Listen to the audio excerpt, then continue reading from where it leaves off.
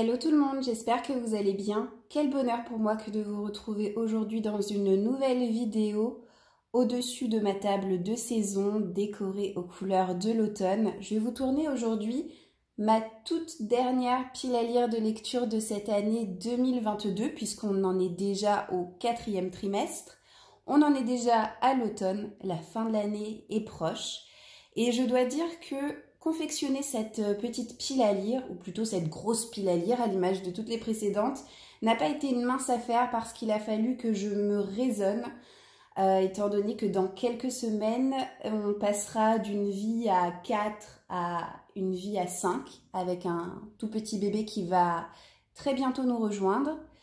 Et bien entendu, il va falloir concilier ce nouveau job de maman à plein temps avec mon prévisionnel de lecture. Donc ça n'a pas été facile de ne pas être trop gourmande, alors que l'automne, c'est vraiment la saison de l'année qui m'inspire le plus en ce qui concerne les lectures, parce que c'est là où j'ai le plus envie d'urban fantasy, c'est là où j'ai le plus envie de lecture fantastique, de lecture un petit peu inquiétante, à l'image de cette présélection de pile à lire de saison que je vous avais proposée.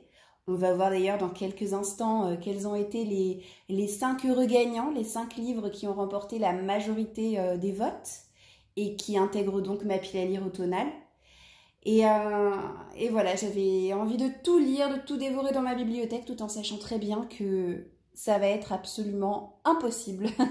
Donc j'espère que la bonne dizaine, la presque vingtaine de romans que je vais vous montrer dans cette vidéo aura le temps d'être lu d'ici la fin de l'année. Si c'est pas le cas, voilà, pas de pression, pas de complexe. Ce n'est pas grave. Maintenant, tout est envisageable. Après tout, je me souviens très bien que lorsque j'ai accouché de Louise, au mois de mai, ça ne m'a pas empêché de lire 5 romans ce mois-ci, alors que j'ai accouché en début de mois. Donc j'ai foi, voilà, j'ai foi en mes capacités.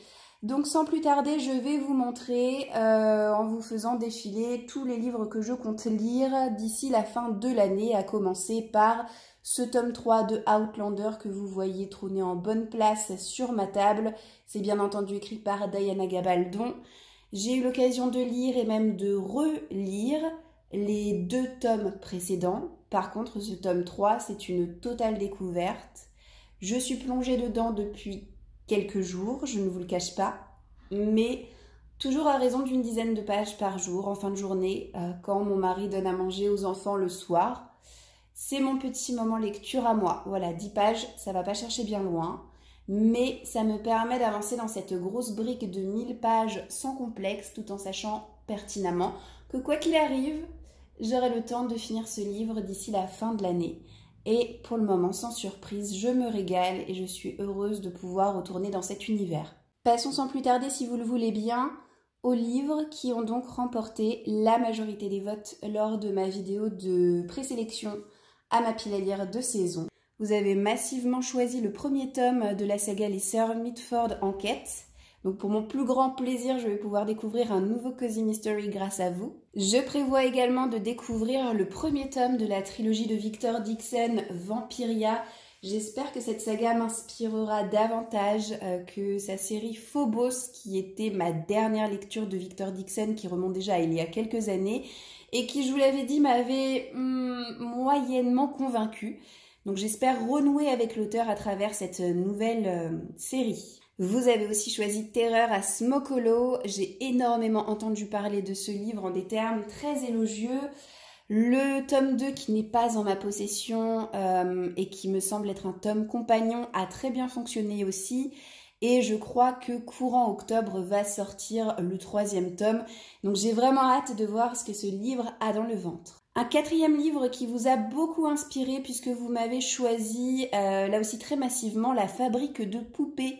Donc c'est écrit par Elizabeth McNeill et on est clairement dans un roman d'ambiance, un roman qui mêle historique et un petit peu thriller. J'ai vraiment hâte de voir ce que ça vaut. Et puis finalement, le dernier livre, c'est une véritable relique de ma pile à lire puisque je l'ai en ma possession depuis très longtemps. Je ne sais plus exactement depuis quand, mais allez, on va dire 2015, 2016 dans ces eaux-là.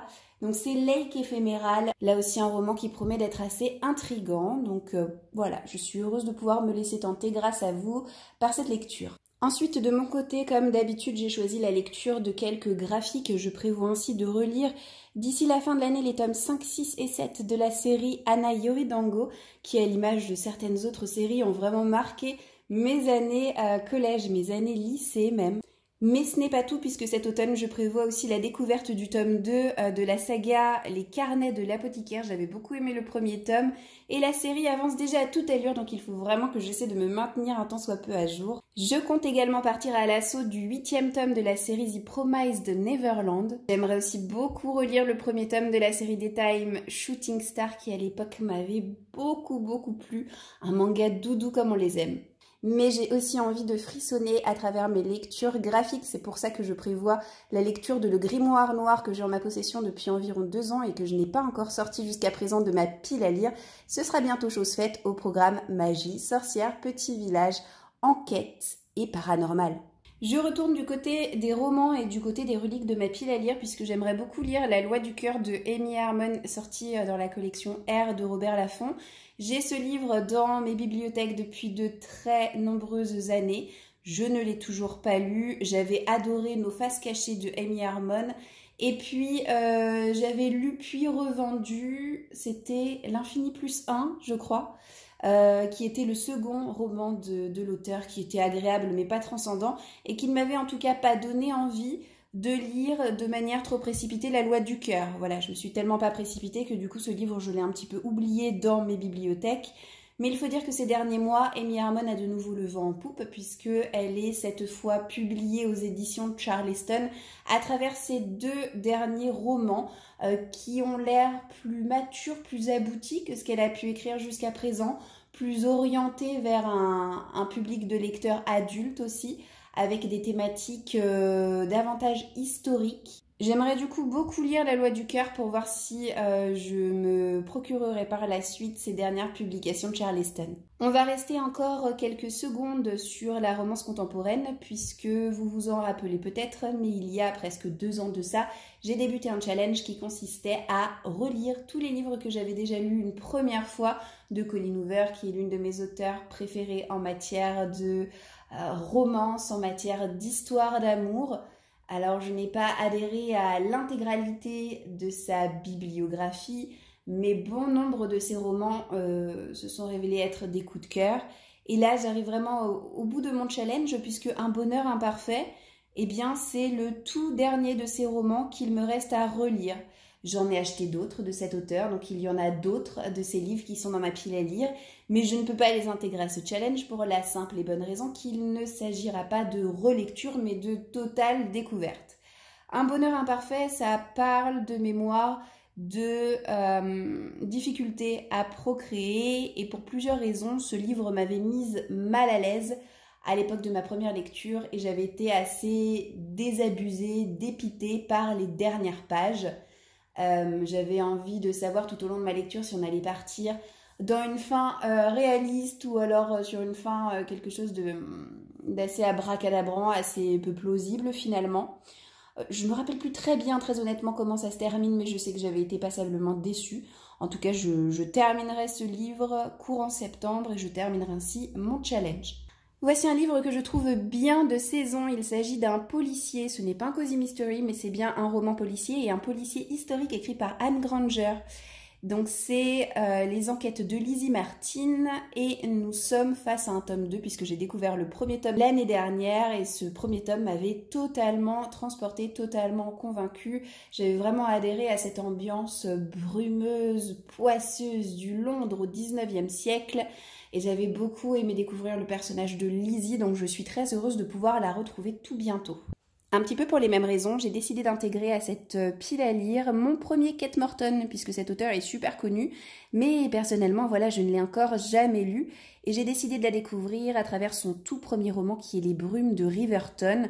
Ça fait un moment maintenant que je me suis acheté ce livre et que je me dis, je veux le lire en automne, ce livre, je veux le découvrir quand ce sera l'automne parce que je ne sais pas, le titre, les brumes, la couverture un petit peu mystérieuse comme ça, tout ça m'inspire vraiment l'automne, cette atmosphère un petit peu inquiétante, sombre, mélancolique également, donc j'espère être convaincue, mais je suis pas bien inquiète parce que je sais que Kate Morton a vraiment son public et la plupart de ses romans sont de véritables petites pépites selon son lectorat, donc j'ai vraiment hâte de pouvoir me plonger dans cette histoire. Bien entendu, je prévois de lire des suites de séries parce que à quoi bon commencer des séries à l'appel et ne jamais les poursuivre. C'est ainsi que je peux vous montrer le tome 3 de la saga de Bertrand Santini, le journal de Gertie Marron à gogo. Alors celui-ci, même si je ne sais pas exactement à quelle date je vais accoucher, je me le garde pour l'après-accouchement parce que c'est léger, c'est drôle, c'est très aéré, c'est pour la jeunesse, ça se lit très vite. Et voilà un roman que j'aurais terminé de manière très facile, même avec un nouveau-né dans les bras. Autre suite de série qu'il me tient à cœur de poursuivre, c'est la saga de Charlie Davidson de Darinda Jones. Il s'agit du tome 12, il y en a 13 en tout. J'ai bien envie maintenant que j'approche autant de la fin de mettre un petit coup d'accélérateur pour dire au revoir à l'une de mes héroïnes préférées. C'est surtout que je suis très curieuse maintenant de savoir comment tout ça va se terminer et puis de me dégager du temps pour découvrir par la même occasion de nouvelles séries d'urban fantasy parce que vous le savez, c'est un genre que j'affectionne beaucoup. Justement, quitte à parler d'urban fantasy, on va y rester encore quelques secondes. Vous le savez certainement, mais je relis un tome par trimestre de la série de Charlène Harris, La Communauté du Sud. Et là, il s'agit du tome 11, Mort de peur. Donc j'avance petit à petit, puisque pour rappel, il y a 13 tomes en tout. Je terminerai donc cette saga l'année prochaine, à l'image de Charlie Davidson d'ailleurs. Et là aussi, je suis un petit peu triste et mélancolique de dire au revoir bientôt au personnage, mais bon, il me reste un tome supplémentaire comparé à Charlie, donc tout va bien encore. Autre suite de séries et autre série d'urban fantasy, une série que j'affectionne un petit peu moins quand même que les deux précédentes. Il s'agit de la saga Les Chroniques de Macquila Lane, écrit par Karen Marie Moning. Là, je vous montre le tome 4, Fièvre fatale. Il y a 5 tomes en tout pour terminer la saga. Je suis beaucoup moins assidue dans cette série que dans les deux autres.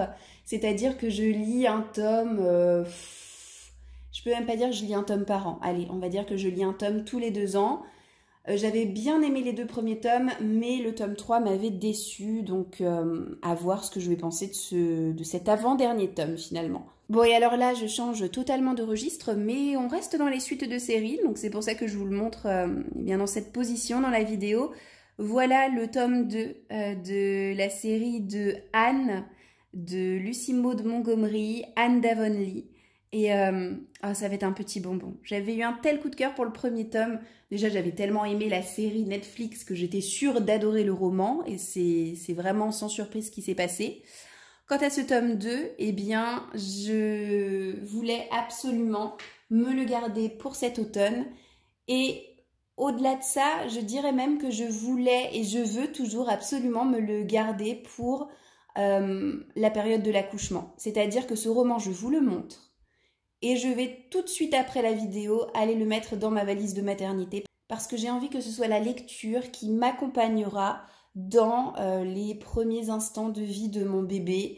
Quand ce sera si difficile pour moi d'être toute seule, de jongler entre l'allaitement, la fatigue, l'émerveillement, l'épuisement, bref, eh bien je sais que je pourrais trouver du réconfort dans cette lecture.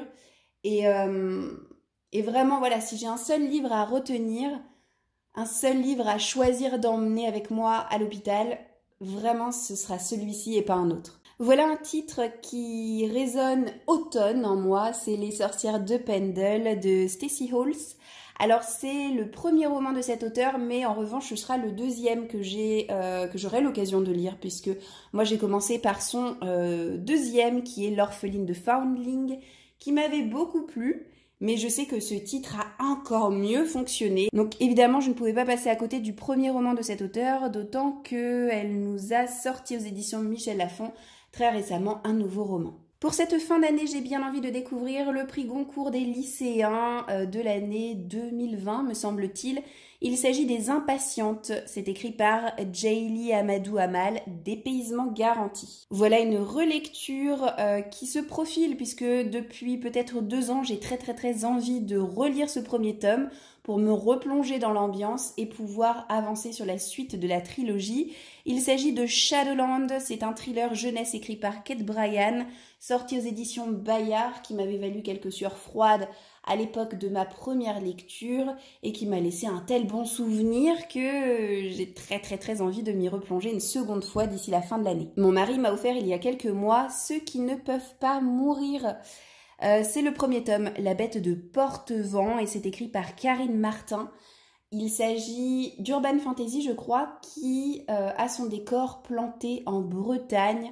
J'adore la couverture et les retours sont hyper enthousiastes, donc ce livre me fait très envie depuis qu'il est arrivé dans ma bibliothèque il y a quelques mois de ça. Et il va déjà être bientôt temps de se dire au revoir avec le tout dernier livre de ma pile à lire qui sera, d'ailleurs je pense très probablement, le dernier livre que je lirai de manière chronologique à la fin de l'année puisque c'est le seul titre de Noël que j'intègre à ma pile à lire. C'est Comment ne pas faire pitié à Noël quand on est célibataire de Johanna Bolouri, sorti aux éditions Hauteville. J'aime énormément cette couverture. Je sais qu'il s'agit d'une réédition. Le livre était sorti avec une autre couverture au préalable. Mais moi, j'ai vraiment attendu cette édition-là qui est magnifique, toute pailletée. Pourquoi est-ce que j'ai pas choisi d'intégrer davantage de romans qui portent sur Noël à cette pile à lire de fin d'année ? Tout simplement parce que voilà, je n'en raffole pas, je suis honnête avec vous. Je trouve que la plupart du temps, ce sont des romans qui sont hyper clichés, hyper cuculapraline. Et pourtant, Dieu sait que je suis une fille qui adore Noël, qui, à mon âge, 33 ans donc, quand même, et ben, j'ai toujours autant des paillettes dans les yeux que lorsque j'étais enfant et que cette fête se rapprochait à grands pas. Et je dirais même que eh bien, mes émotions vis-à-vis de Noël se sont retrouvées décuplées depuis que je suis maman parce que j'ai aussi envie de mettre des paillettes dans les yeux de mes enfants. Donc, j'en fais des caisses. Voilà. J'adore Noël, mais je n'aime pas trop les romans de Noël. Je n'y trouve pas assez mon compte parce que jusqu'à présent, je suis la plupart du temps déçue par ce que je peux lire. Ça ne m'empêche pas de glisser 1 voire 2 livres grand maximum par an sur cette thématique dans mes lectures, histoire de voilà, de bien me mettre dans le mood, de bien être dans l'ambiance. Mais voilà, j'ai pas réussi à trouver vraiment le roman de Noël qui me hype complètement et qui me mette des étoiles dans les yeux. N'hésitez pas d'ailleurs en commentaire si vous avez des recommandations à me faire. Eh bien, je suis preneuse, voilà. Je vous souhaite en tout cas de passer un merveilleux automne et je vous souhaite également de passer une très belle journée. Je vous dis d'ores et déjà à bientôt dans une prochaine vidéo. Ciao, ciao!